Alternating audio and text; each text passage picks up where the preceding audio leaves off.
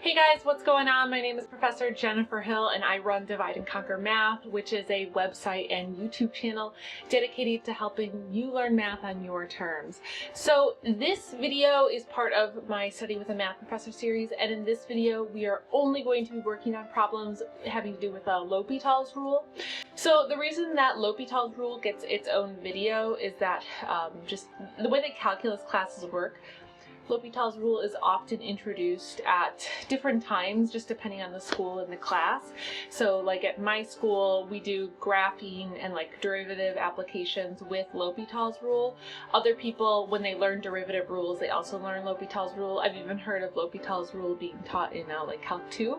So I thought it would just be best to have its own unique video. So if you've never watched one of these before, the way that these videos work is that I create a free problem set. You can look in the description of this video and you can find that problem set, and it also comes complete with answers. So basically I am giving you some things to study that you know have to do with L'Hopital's rule if you're preparing for a test. And then when you're done with that problem set, I have all of the worked out solutions in this video, and you can just look in the description of the video and then you can find time markers for each problem so you can really quickly kind of get through everything. Now, some people ask, why don't you just teach L'Hopital's rule? So on this channel, I have taught L'Hopital's rule, and I have a summary on L'Hopital's rule, and I have lots of videos on L'Hopital's rule. The purpose of this video is to literally help you prepare for an exam. And if you've watched my video on how to study for exams, or if you haven't, you can look in the description and find my advice video on that. But the thing that you need for an exam is to practice. You have to be very active and you have to do the work. So I give you some things that you can do and you have to sit down and do them. So the way that the video is structured, the first hour you will see me working, and I will give you about an hour worth of time, and then I will go straight into the problem set. Now, like I said, the way that I intend you to use it though is for you to take that problem set. You can go ahead and grade yourself after you've worked on it and worked all the way through it, and then you can go through the answer key. Any answers that you want to see, just look in the description. So I'm super curious to know if you've used this video to help you study for a math test, or if you have any other suggestions for me. And otherwise, guys, let's get started.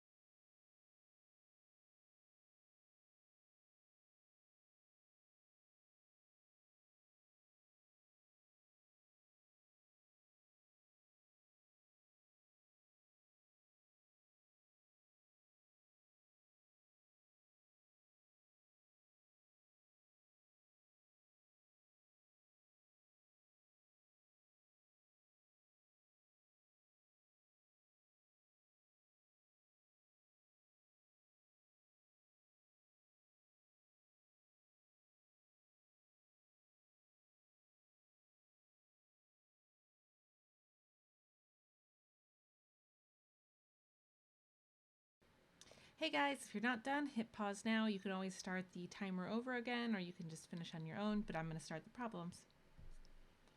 Okay, so starting with this first one, so I've got the limit as x approaches 5 of x minus 5 over x squared minus 25. So remember, the goal here is to use L'Hopital's rule. So the first thing that I noticed, just like the first thing you always want to notice when you do this is what type of indeterminate form do you have?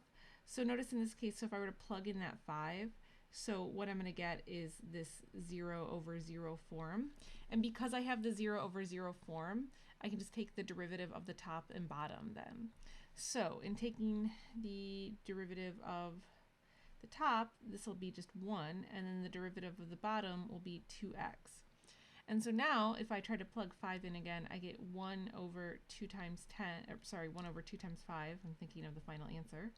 So this is 1/10 as the answer. So for number 2, so now I've got the limit as x approaches infinity of 7x squared minus 4x over 3x squared plus 5x.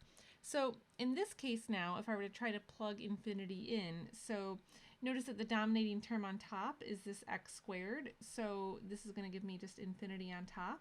And then in the denominator, the dominating term is again x squared. So I get this infinity over infinity relationship. So because that's my indeterminate form, I can just take the derivative of the top and bottom then to try this again. So let's see, I'm going to set this up. Taking the derivative, this becomes 14x minus 4 over 6x plus 5. Now, if I try to evaluate this limit again, I'm still going to have that infinity over infinity form. So I need to take another derivative here on top and on bottom. So now I'm going to get 14 over 6, and so that is constant, and so that's just going to be what my limit is, and I can simplify this to 7 over 3, and so that will be the answer. So for number 3, I've got the limit as x approaches 0 of sine of x over x. Now this is actually like a theorem some people learn in their calc classes. But remember, the point here is to use L'Hopital's rule. So if I were to plug 0 in, I'd get 0 over 0. So that means I can go ahead and take the derivative of the top and the bottom. So the derivative of sine x is cosine x. So this will be cosine x over 1. And so now if I try to plug 0 in, I will get 1 over 1. So that just equals 1, and we're done. Now for number 4 here, what we get is we're getting really like infinity to the 0. So this is one of our indeterminate powers. So the approach that we want to take for this one is, so first I want to take the limit as x approaches infinity of the natural log of x to the 1 over the natural log of x, and in setting it up like this, so now what I can do is I can use properties of logarithms and rewrite this as 1 over the natural log of x times the natural log of x. Okay, so now what you'll notice here actually is that these two powers, these two terms cancel out, right? So these two natural logs actually cancel out. So I'm left with the limit as x approaches infinity of just 1, and that equals 1. But wait, we are not done. So when you're using indeterminate powers, then what you're leveraging is this property. So I've talked about this in quite a few videos, but you're using kind of this property here where you take that natural log limit that you just created, you're now going to take e to that limit. So the last thing that I need to do here then is take this and really set this as e to the 1, and so e would be my final answer. Okay, so for number 5, I've got the limit as x approaches 0 of 6 to the x minus 1 over 3 to the x minus 1. And so just notice, so this is giving me 1 minus 1 over 1 minus 1. So that's 0 over 0. So you always want to determine what is that indeterminate form that you have, and then that's going to determine how you kind of work on this limit. So in this case, since I have 0 over 0, I can just take the derivative of the top and of the bottom. So let's see, I've got the limit as x approaches 0. So this will be 6x times the natural log of 6 over 3x times the natural log of 3. And so now if I do this, this is going to give me, if I plug in 0, this will give me 1 times the natural log of 6 over 1 times the natural log of 3, and so then that's just the natural log of 6 over the natural log of 3, and you're done. Okay, so for number 6, so I've got the limit as x approaches 1 of x minus 1 over sine pi x minus the natural log of x. So once again, first thing that we want to always do is just kind of plug in the 1 and see what our indeterminate form is. So this gives me 1 minus 1. And then in the denominator, this is going to give me 0 minus, the natural log of 1 is 0, so this gives me that 0 over 0 form. So because I get the 0 over 0 form, I can just go ahead and take the derivative of the top and the bottom. So let's take a derivative. So on top, this will be 1. Now remember, here with sine pi x, you've got to use the pi rule. So this will come out to pi cosine of pi x minus 1 over x. Okay, so now what we want to do is we want to plug that 1 back in and see if we get something different. So this will give me now 1 over pi, and then cosine of pi is negative 1. And then this will be minus 1 over 1.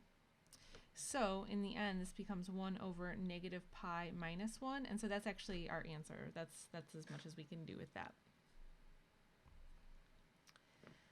All right, so for number 7, I've got the limit as x approaches negative infinity of 3 to the x plus 5 to the x over 2 to the x minus 3 to the x. Okay, so let's just think about this one for a moment. So what's going to end up happening? So if I plug in this negative infinity, so taking these to negative infinity, that's just going to make these very, very tiny, right? Because you're taking them to a negative exponent. So this actually will become 0 plus 0 over 0 minus 0. So we actually get this 0 over 0 form in this case. So the indeterminate form really matters in kind of how we work through this. Okay, so now I go through and I say, all right, I'll take the derivative of the top and the bottom. So I go through this and let's see, this gives me 3 to the x times the natural log of 3 minus 5 to the x times the natural log of 5, all of that over 2 to the x times the natural log of 2 minus 3 to the x times the natural log of 3. Okay, so now what happens if I plug that, or not plug, but if I think about evaluating this limit as it goes to negative infinity? Well, we're still going to have the same thing, right? So I've got this 3, this is still going to go to 0, this is still going to go to 0, this is still going to go to 0, this is still going to go to 0. So I still get this 0 over 0 form. And before I go any farther, if I just start thinking about now the structure of taking the derivatives of like 3 to the x or 2 to the x, that's never going to drop out, right? I'm just going to keep ending up with these 3 to the x terms times these natural logs. So I can tell now from looking at this that this is going to be one of those cases where L'Hopital's rule doesn't help us. It just keeps cycling. So this means I have to try another approach. So I'm going to start from scratch. So now we'll put our thinking cap on, if you will, and so thinking about this, I noticed that I've got 3 to the x here and 3 to the x here. So one thing that I could do is I could just divide everything by 3 to the x, and that might just simplify things a little bit. So let's just think about what does that look like. So this would be 3 to the x over 3 to the x minus 5 to the x over 3 to the x. This is 2 to the x over 3 to the x, and then 3 to the x over 3 to the x. So let's see, what does that do for me? So now I've got the limit as x approaches negative infinity of 1 minus 5 over 3 to the x over 2 over 3 to the x minus 1. Now we have to be kind of careful about how we think about these next steps. So remember, this is x is going to this negative infinity. Okay, so I want to propose a slight change that we make to this. So instead of having x going to negative infinity, why don't we change these x's to be negative x's and then have this limit just go to positive infinity? And you'll see why I suggest this in a moment. The fact that this is negative is kind of making things a little trickier than it might normally be. So notice I'm changing these now to negative x's so that I could turn that infinity into that negative infinity into positive infinity. So just notice, so these now have changed and this is different.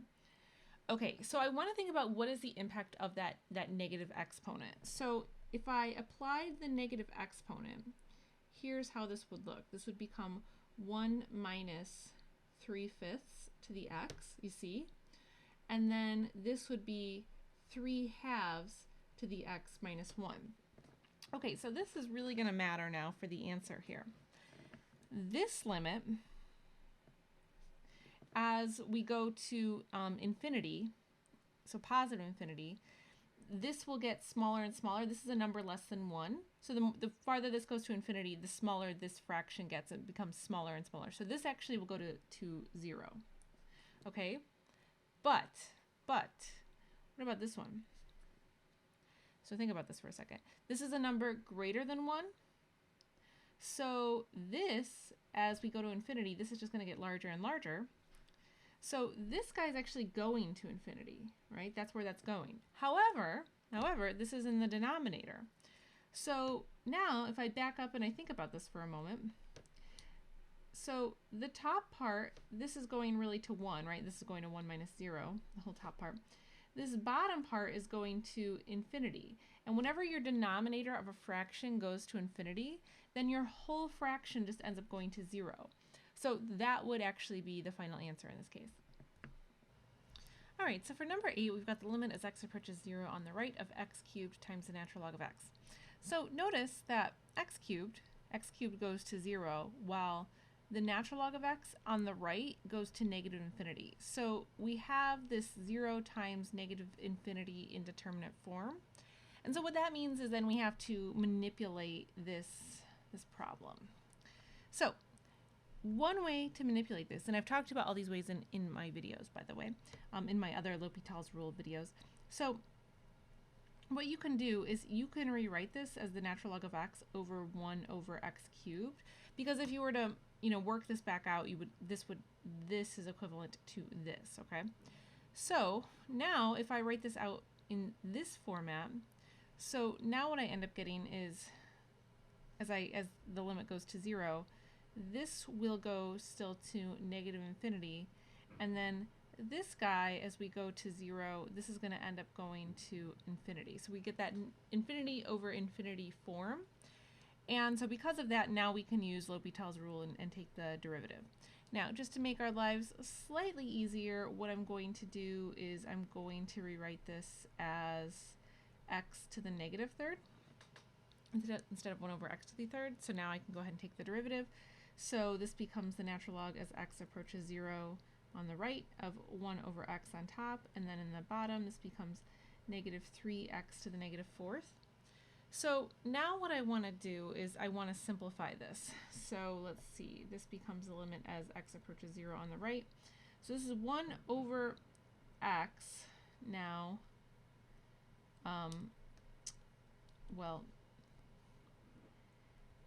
divided by negative 3 over x to the fourth, which if I simplify that, that's going to be, let's see, negative 3x to the fourth over x.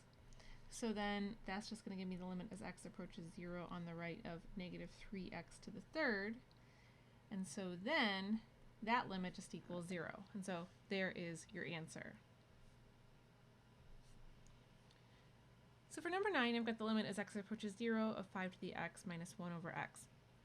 So I plug in 0 and I find that I get 1 over 0, so that's 0 over 0, which means I can use good old L'Hopital's rule just as is. So I can go ahead and take the derivative of the top. So the derivative of the top is 5x times the natural log of 5. And then the derivative of the bottom will be 1. So now if I try to plug 0 into this, I get the natural log of 5 over 1, and so that just equals the natural log of 5. So for number 10, I've got the limit as x approaches 0 on the right of the natural log of x minus the natural log of sine of x. Okay, so what you'll notice about this one is, so as we go to the right, so what I'm going to get here, this is infinity, okay, and then here, you might have to think about this one for a moment, because sine of 0 is 0, but we're just getting close to 0. So as sine of x gets close to 0, the value of sine of x gets close to 0. So then you're really just still thinking about the value of natural log of x getting close to 0. So this also goes to infinity. So we have that indeterminate form of infinity minus infinity now. Okay, so now that I know the indeterminate form, what that tells me is I now need to manipulate this. And I noticed that these are natural logs, so what would be great is if I leverage some properties of natural logs. So when you are subtracting two natural logs, you could actually just turn it into a division problem. So let's do that. This will become the natural log of x over sine of x. And now I notice that I get 0 over 0 inside that natural log. So the thing about limits, one property of limits, is that I can kind of bring that natural log notation kind of out for a moment and rewrite this as the limit as x approaches 0 on the right of x over sine of x. So I can just focus on the limit like this for a moment. And since I can see now here, I'm getting that 0 over 0, I can use L'Hopital's rule here. And so now this will become, let's see, the natural log of the limit as x approaches 0. So now this becomes the natural log of 1 over cosine of x. And so this will be just 1 over 1. So the natural log of 1 is equal to 0. So all that work to get 0. Okay, so for number 11, I've got the limit as x approaches 0 on the right of 1 plus 2 over x to the x. So the thing to notice about this, so 2 over x, as we approach 0 on the right, this goes to infinity, and then you have this going to this power, so this is like infinity to the 0, so this will be an indeterminate power, okay? Okay, so now what I need to think about here is kind of how to evaluate this. So we know with indeterminate powers that we need to take the natural log. So let's start by taking the limit as x approaches 0 on the right. So I'll take the natural log of this whole thing, and then I'll bring the x down. And so now I have to kind of think about this again. So now I've got this 0 times, so this goes to 0, and this still ends up going to infinity, right? So I still have kind of like the same problem. So since, like I said, this goes to 0, and this will still go to infinity, so I've got this 0 times infinity deal, I have to manipulate this again. So the way that I'm going to manipulate this again will be to rewrite this as the limit as x approaches 0 on the right of the natural log of 1 plus 2 over x over 1 over x. So those are equivalent forms, but what that gives me now is this goes to infinity and this also goes to infinity. Okay, so let me just rewrite this as x to the negative 1 just for the sake of space. It just helps me to think through the derivative here. Okay, so now I can go ahead and take the derivative of the top and bottom. So this becomes the limit as x approaches 0 of 1 over 1 plus 2 over x. Remember, we're using the chain rule here. And then multiply that by negative 2x to the negative second. So that's what the top would be. And then the bottom, this will be negative x to the negative second. Okay, so now I can see that I can cancel some things out. So this cancels out with this. So I'm really just left with, and also this negative here will cancel out, I guess. So now I've got the limit, oops, and that should be to the right, as x approaches 0 on the right. This becomes 2 over 1 plus 2 over x. Okay, and so now as I think through this, so once again, this guy here ends up approaching infinity. So this entire denominator ends up going to infinity. So then I get really 2 over something approaching infinity, which ultimately means that this will equal, oops, not 2, will equal 0. Will equal 0, sorry. Now I recognize that was a lot of work, but wait, there's more. So now, remember what we started with. We took the natural log, right? So because we took the natural log, now we actually have to rewrite this as e to the 0, and so that will equal just 1. So that's actually my answer, will just be 1. So moving on to number 12, so I've got the limit as x approaches 0 on the right of 5x plus 1 over x minus 1 over sine of x. So So once again, you want to figure out what is that indeterminate form that you have. So if I try plugging in 0 into this, I get 1 over 0 minus 1 over 0. So that is not one of our like desired, whatever you want to call it, indeterminate forms. So that is one problem. And then also notice, just by kind of looking at this, so this would be kind of difficult to work through. It wouldn't be impossible, but it would take a little bit of work to get there. And the point of this is to use L'Hopital's rule. So what I want to do then is I want to see what happens if I turn this whole thing into a singular fraction. So I'm going to multiply this guy by sine of x, and then I'll multiply this guy by x. So what do I get then if I do that? So let's see. So then I get 5x plus 1 times sine of x minus x over x times sine of x. Okay, so now if I try just seeing what happens if I were to plug 0 into this, so I get 0 minus 0 over 0. Great. That is an indeterminate form, so now I can take the derivative of that. And so it's going to take me a little bit of work. So I've got to use the old product rule on top here. So first I take the derivative of this piece here. So the derivative of 5x plus 1 is 5. And I multiply that by sine of x. And then I leave the 5x plus 1 alone. And I multiply that by the derivative of sine of x, which is cosine of x. And then I subtract off 1. And then in the denominator, so first I take the derivative of x, which is just 1 times sine. And then I leave the x alone, and I multiply that by the derivative of sine, which is cosine of x. Okay. So now I try to see what happens if I were to plug 0 in again, and we're sorry, 0 from the right.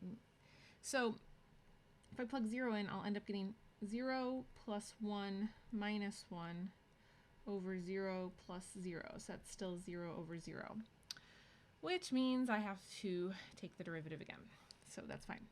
So let me clear a little space. And let's take the derivative of the top. So this will now be 5 cosine of x, and now I get to use the product rule again. So this will be plus 5 cosine of x plus 5x plus 1 times negative sine of x. So there's the derivative of the top. And then in the bottom, I get cosine of x plus cosine of x minus x sine of x. And so now we repeat the same cycle, right? So now if I try plugging in 0, I get 5 plus 5 plus 0 over 1 plus 1 plus 0. So that gives me 10 over 2, and hey, that equals 5, and that is our answer. Okay, so for number 13, so notice if I try to evaluate the top and bottom as x goes to infinity, so I get that desired form of infinity over infinity. So that means I could take the derivative of the top and the bottom. Now, let's just see what happens if we do that. I personally would have liked to simplify it first, but just for the sake of clarity, let's just see what happens. So I have to use my, I have to use chain rule here on top and on bottom. So here's what I get for those derivatives using the chain rule. And then if I were to try to rewrite this, so I will now get the square root of x minus 1 over the square root of 4x plus 1. And, oops, and there should be a 4 up here. Okay, so there's everything. Because these 1/2s drop out, these negative exponents are going to flip-flop the order of these square roots, and then this 4 was on top. Okay, so you can already kind of see now what the issue is here. So we basically just had these two square roots flip-flop. So if you were to take another derivative, the same thing would just keep happening, right? So that means then I probably do want to simplify this. So let's clear some space. And probably the best simplification there is just to write this all under one square root. It's kind of what I wanted to do in the first place, but I wanted to just see what would happen if I left it as is. So I can write everything under the same square root. And so now there's a property of limits where I can actually just take the square root of this value. So now, focusing on this limit, I still get infinity over infinity if I try to evaluate this as x goes to infinity. So now I can take the derivative of the top and bottom here. So in doing that, so let's see, I get the limit as x approaches infinity of 4 over 1, which, hey, that just gives me then the square root of 4, which will equal 2. And so that's it, we're done. Okay, so for number 14, so notice kind of what the issue is here. So I want to rewrite this out, maybe just to make it a little more visual. So let's rewrite this as cosine of x. Instead of having cotangent, let's write this as cosine of x over sine of x. And then for cosecant of x, let's write that as 1 over sine of x. And that just helps you kind of visualize what's happening here. So now looking at this, I can see, so as we go to 0, this goes to 1, this goes to 1 over 0, and then this goes to 1 over 0. So similar problem, in just like some of the other problems that we've had in this problem set, we don't have one of our desired indeterminate forms, and there's not a lot of other simplification that we can really do. So what our best bet would be then is to just see what would happen if I wrote all of this as like one fraction. And there's not a lot of manipulation that I have to do here, so all I really have to do is multiply this just by sine of x on top and on bottom. So what that would give me is the limit as x approaches 0. So this is sine of x, cosine of x, minus cosine of x plus 1 over sine of x. And so now if I try to plug in 0, oops, and this is still 0 from the right, but if I just try to plug in 0, so that'll give me 0 minus 1 plus 1 over 0. So that gives me 0 over 0, so I'm allowed now to use L'Hopital's rule. So now I can just take the derivative of the top and the bottom. So for the top, I now have to use the product rule here. So this will become cosine squared x minus sine squared x plus sine x plus, oops, not just plus sine x.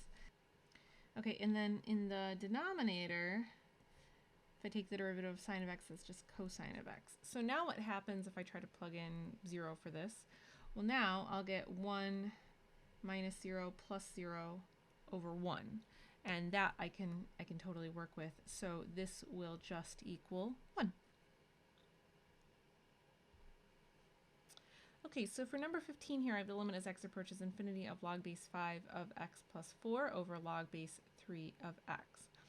So notice with this one, so I get infinity over infinity if I just take x out to infinity.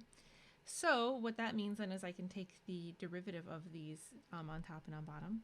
So let's do that. So I get the limit then as x approaches infinity, and this will be 1 over x plus 4 times the natural log of 5, that over 1 over x times the natural log of 3.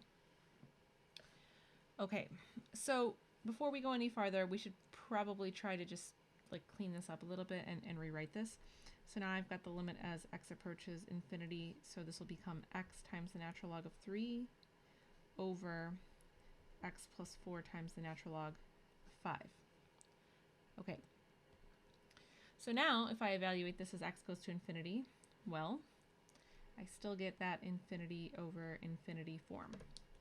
Okay, so I need to take the derivative of the top and bottom again. So let's see, I'm going to set this up. So this is going to be the natural log of 3 now over, well, really just the natural log of 5. Oh, so look at that, we're done. So this becomes the natural log of 3 over the natural log of 5, and we're done. And for our last problem, so now I've got the limit as x approaches infinity of e to the x minus x over x plus e to the x. Okay, so if I evaluate this as x goes to infinity, so this is going to really turn into infinity over infinity. This e to the x is going to grow a lot faster than this x, so this is going to kind of dominate everything.